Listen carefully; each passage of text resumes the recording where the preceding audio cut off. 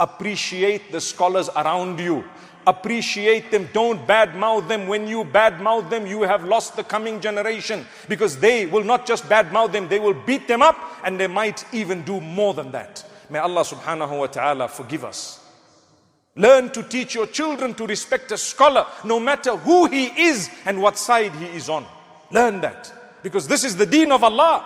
We are carrying some goodness. Who knows, tomorrow in the eyes of Allah, you might find out you were all wrong and that one person was actually right. Then what? Allahu Akbar. May Allah subhanahu wa ta'ala forgive us. Do you care about your akhirah? Do you really believe that there is a day when Allah is going to question you? Do you really believe there is a day you're going to stand in front of Allah? If that's the case, man kana yu'minu billahi wal yawmil akhir falyakul khayran aw liyasmut. Whoever truly believes in Allah and the last day,